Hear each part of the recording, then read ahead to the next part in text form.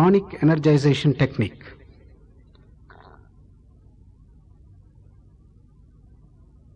One of the advanced yoga techniques that we use in Vivekananda Kendra to bring about the energization and revitalization of the whole body, and to strengthen the immune defense, and to raise to higher levels of consciousness.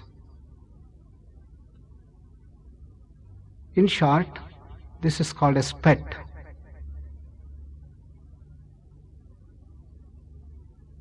Pranic energization technique consists of two aspects, prana and energization.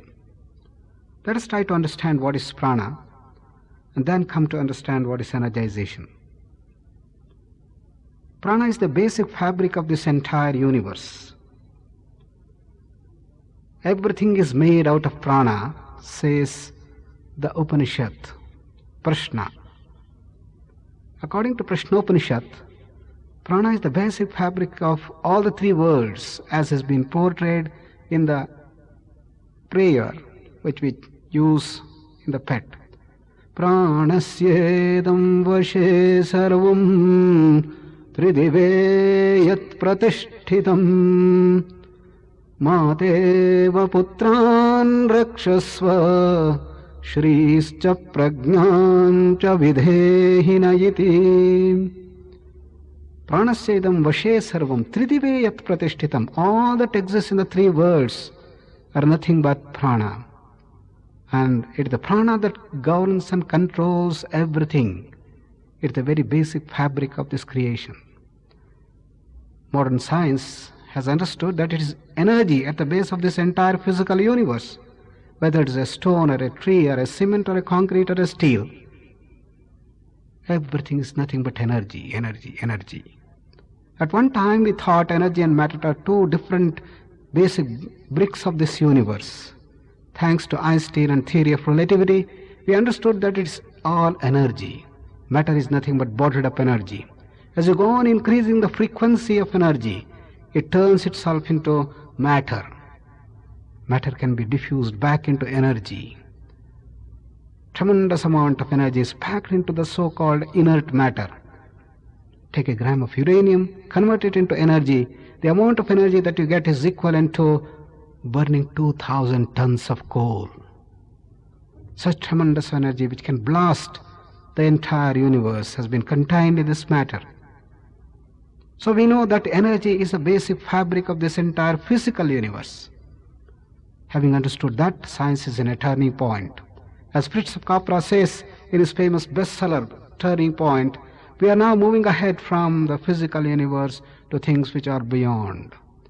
To understand what is prana, mind, emotions, intellect, consciousness, gods and goddesses and whatnot.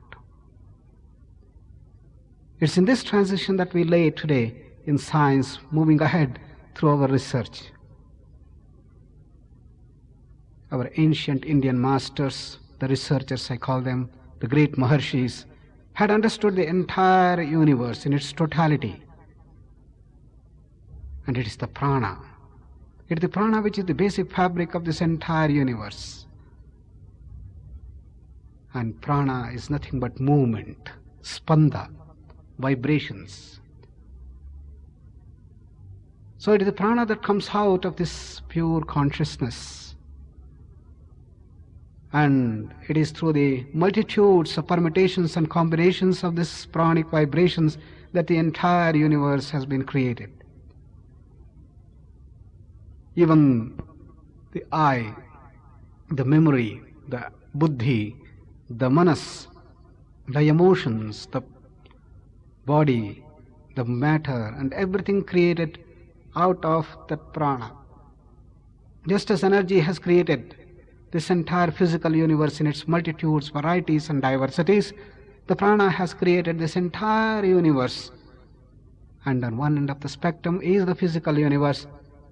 And then we have the plant kingdom, the animal world, the human kingdom, and the superhuman heights of existence and consciousness. Beyond the human beings, we have the Gandharva Loka, Yaksha, Kinnaras and so on, the Devalokas and the Brihaspati Loka and the Brahmaloka as it is told. With increasing freedom and happiness and power in each of these lokas. And it is the prana that manifests in various levels.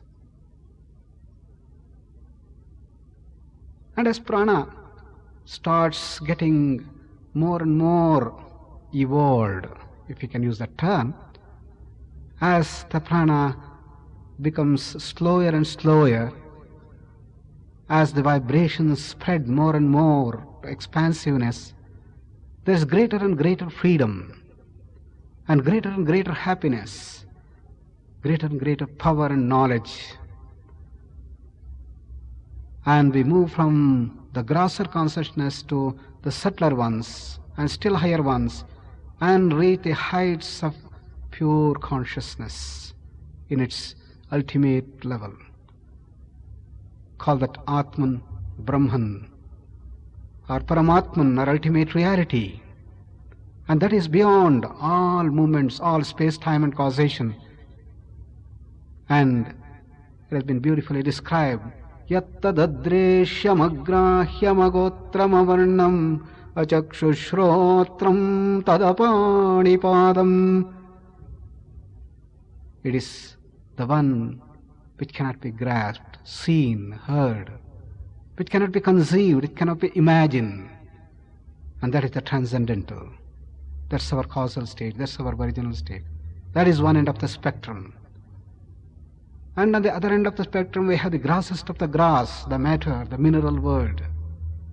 And that entire spectrum, the basic fabric of this entire spectrum is nothing but prana.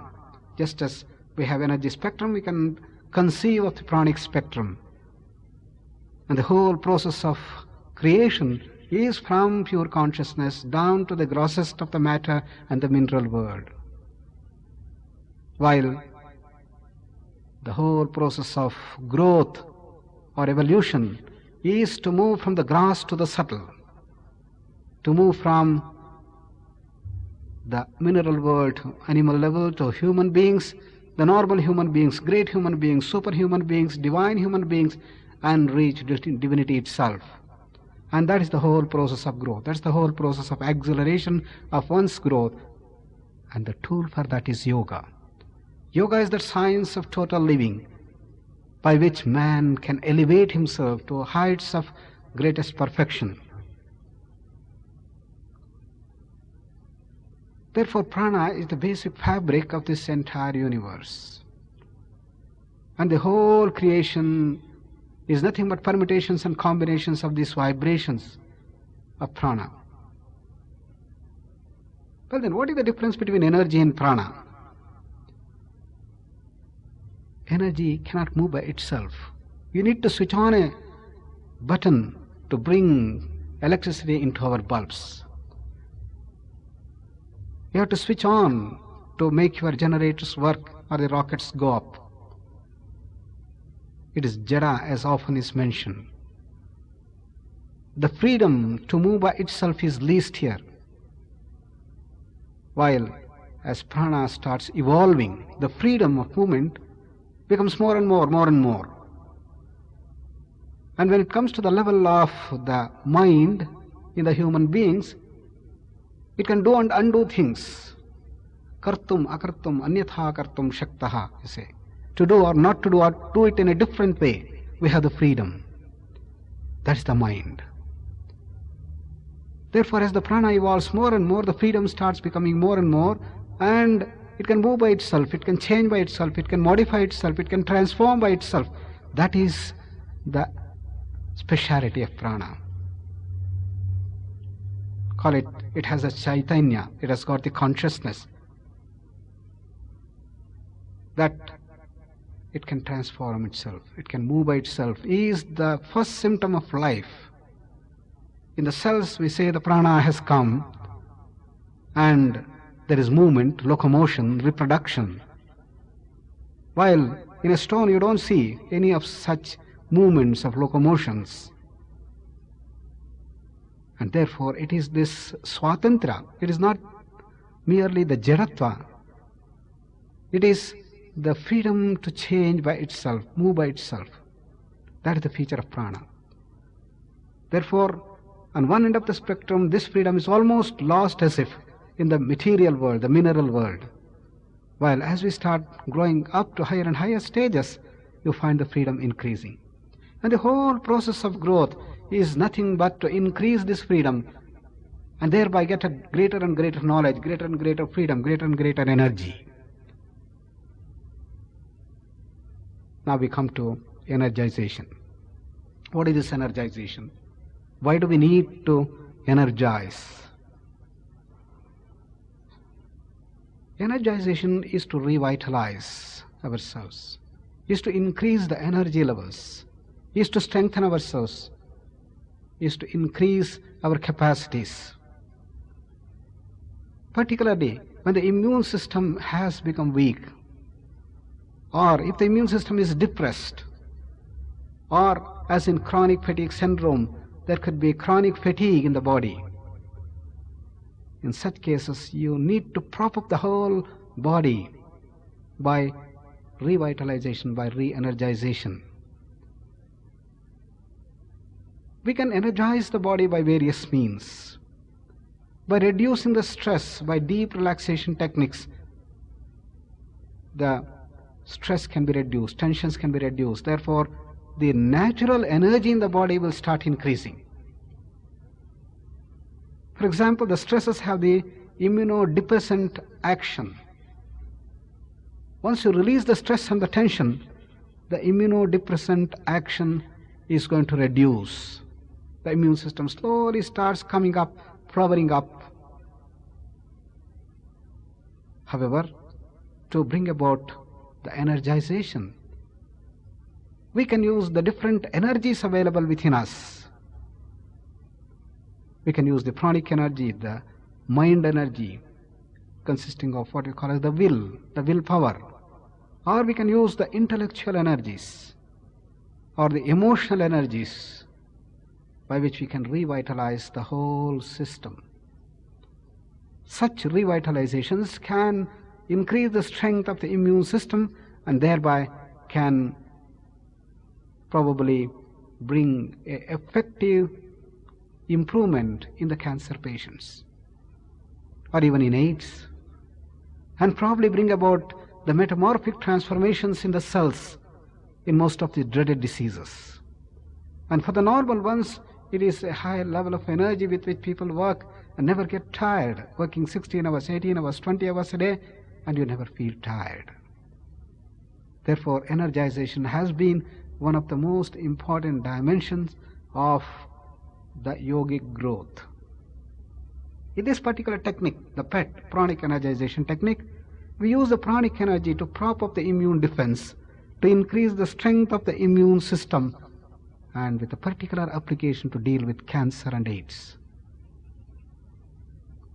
Here, one has to recognize the prana shakti. How to recognize the prana, how to use this pranic energy is the subject matter of this particular technique called PET. Having understood what is prana and what is energization technique, in brief, we now go over to some of the details of the technique itself. The first step is to recognize the flow of breath through the nostrils. By closing the eyes and relaxed, you sit and watch the breath and feel the breath at the tip of the nose. Slow breathing going in and the breath coming out. Feel the inhalation, feel the exhalation from the tip of the nose. And if you can sensitize the tip of the nose, you can very clearly feel the movement of air coming in and the air going out. And you can start feeling the discontinuities, the jerks, the speed of breathing, and the rush and probable blocks in breathing. But as you start watching, automatically the breath starts getting continuous. And if you leave sufficient time, as it is done normally in the Vipassana techniques, you will find that the breath automatically slows down, becomes continuous, slow, rhythmic. And then you start recognizing the imbalance between the left and the right nostrils. As you breathe in, sometimes the left nostril is freer than the right, sometimes the right is more free than the left. This change goes on. Once in 3 to 4 hours in a day, there is change of nostril flow. For long, people did not understand the physiology of this alternate nostril breathing. It's only in recent time, a lot of research, particularly the polygraph research and the brain research, has shown that if you breathe through the left nostril, the right brain starts working more, and vice versa. And therefore, if you start breathing through the right more and more, there is more burning, increased oxygen consumption, increased metabolic rate, and you are in the verbal mode, the left brain domination. If you breathe through the left nostril, the right brain is more operative, more on emotion, intuition, and the creativity, and cooling in character. Well, a balance is what is to be struck. And that can be done by a very effective pranayama called Nadi Pranayama. Alternate nostril breathing. Slowly breathe out through the left, breathe in through the left, slowly breathe out through the right, and breathe in through the right. This alternate nostril breathing will bring the necessary balance in the two nostrils, and thereby bring a balanced personality, balance between the left and the right nostril, the verbal mode and the intuitive mode, or the emotional mode or the creative mode, goes on. Therefore, left and right nostril breathing have immense ramifications and great effect in our very personality change. Therefore, to bring the balance between the nostril is very necessary. As you go on watching the breath at the tip of the nose, you can start feeling the flow of breath on left or right. And we can do about 9 rounds of Nadi Shuddhi if necessary to bring the balance. But if you practice the pranayama beforehand and continue the pranayama practices, you will find your nostrils are balanced, then you don't need to spend this Nadi Shuddhi in the PET program. Then, having recognized the continuity, the rhythmicity and the balance between the two nostrils, we go to the next step, in which we start sensitizing and developing the awareness of breath, the linear awareness, the surface awareness. As the breath moves in, we can start feeling the cool air entering in, down to the lungs, and start tracing the air all along the nasal tract and down to the lungs.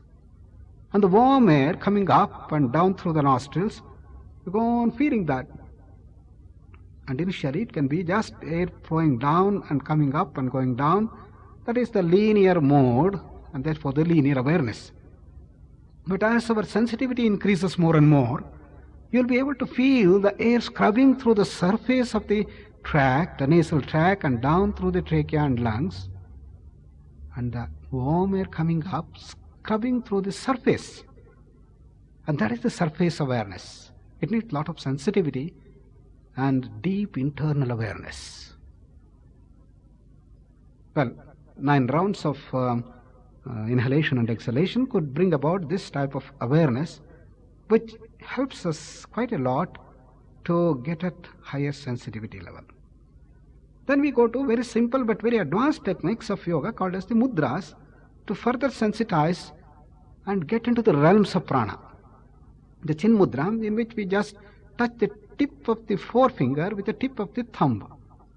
Normally we keep the palm on the thighs, and as you touch, the nerve impulses will move up. As soon as somebody touches us, we know that somebody has touched. How do we know that? Because the nerve impulses travel all the way up to the brain, and it is cognized there. But normally, we know the point of touch and in the brain. We do not know the entire path. So in Chin Mudra, we touch and feel the nerve impulse moving up to the brain, and release and touch several times, so that nerve impulses moving up to the brain you will be able to recognize. greater the calmness you have, slower the breath you have, greater the chance of your recognizing the nerve impulses. And trace the nerve impulses all the way up through the arms and through the spine to the brain, the sensory nerves. But this happens very fast, therefore we don't recognize that. Hardly 1/10 of a second is taken for the nerve impulse to move from our tip of the fingers to the brain. Therefore one should be very calm, highly sensitive to recognize that. Well, we go on with practice and then you will be able to recognize that. Having recognized the nerve impulses in Chin Mudra, we go to the Chinmaya Mudra. Folding the other 3 fingers and pressing to the palm. Pressing and releasing will start stretching and then throwing away a lot of nerve impulses. More and more nerve impulses all the way are thrown up and you start recognizing them. Stream of nerve impulses, avalanche of nerve impulses going up to the brain. Feel them. Doing it for about 9 times, press and release. Then we go to the Adi Mudra, in which you take the thumb and then press the fingers and keep the fist on the thighs. As you press, more nerve impulses, avalanche of nerve impulses moving up to the brain. That goes on and you start feeling them. By these 3 mudras, Chin Mudra, Chinmaya Mudra, Adi Mudra, we are able to feel the nerve impulses moving up. And then we are now set with sensitivity and calmness of the mind to go further to recognize prana. Now we use Namaskar Mudra. The conventional Namaskar Mudra, pressing the palms and keeping the hands in between the 2 at the center of the thorax, and sensitize and calm down and slow down the breath and start feeling the heartbeat. And the heartbeat and palms and the nerve impulses, all that. And as you press more and more nerve impulses, the avalanche of nerve impulses shooting up to the brain. And as we breathe out, you'll be able to calm down and soon slightly give a little gap between the palms and feel the space in between.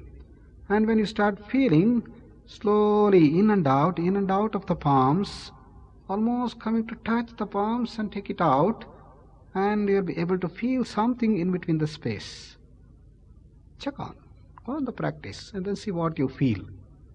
And probably different people feel the prana differently. Some people may feel the warmth or the coolness, some people feel the magnetic attraction and so on and so forth.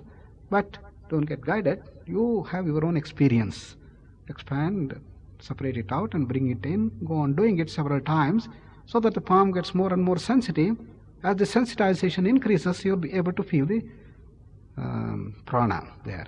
And now you can churn by rotating clockwise and anti-clockwise the palms slowly and feel the churning of the prana or the air in between, and you start feeling prana.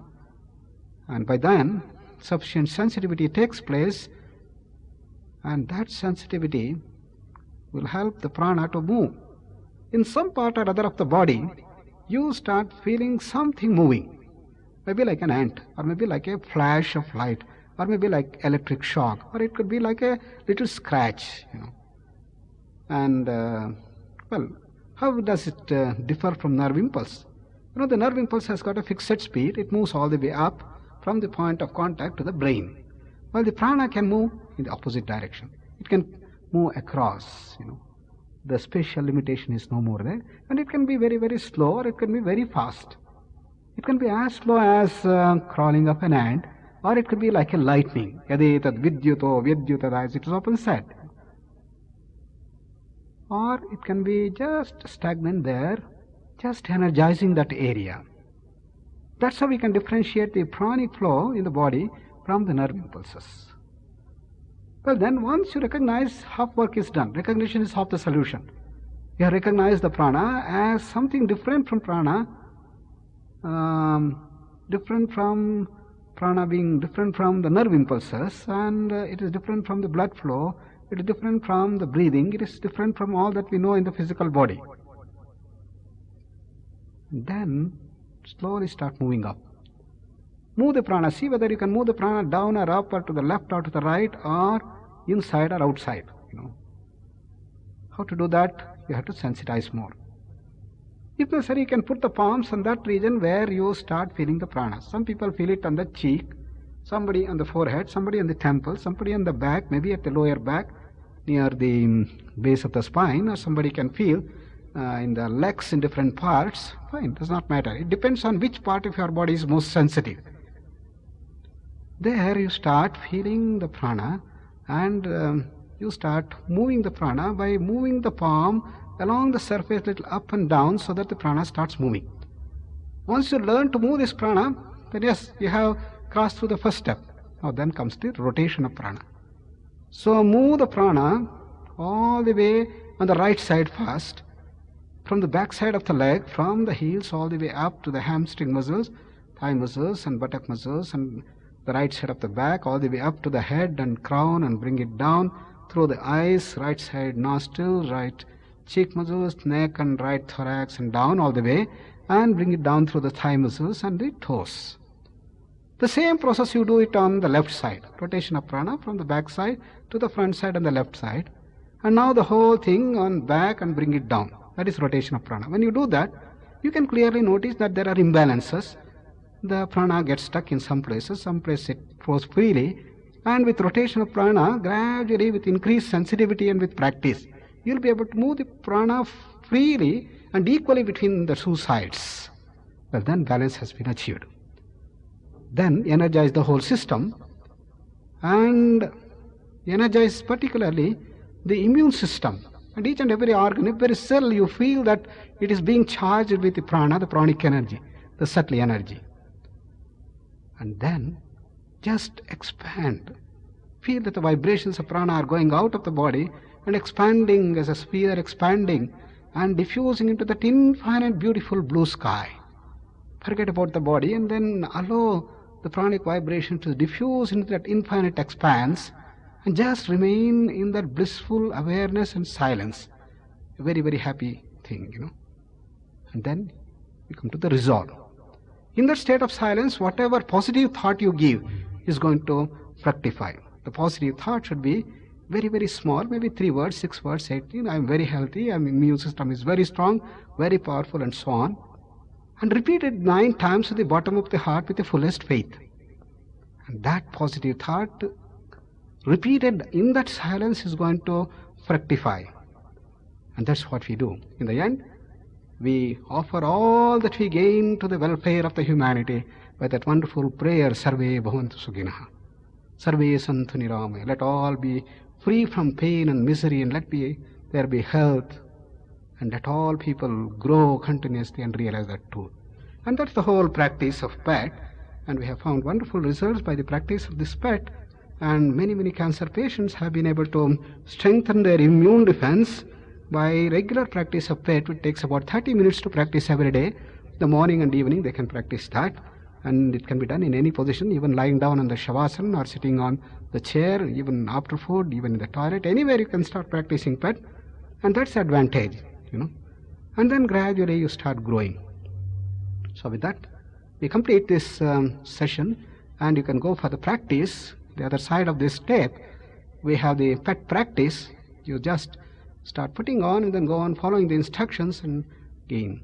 Yes, good luck and have a good day, and then we wish you all the best in your practice on PET. If you have any problems, any difficulty, you can write to us, and a fine setup in Prashanti Kutiram. You can come and learn your PET here, and many other advanced techniques which we use for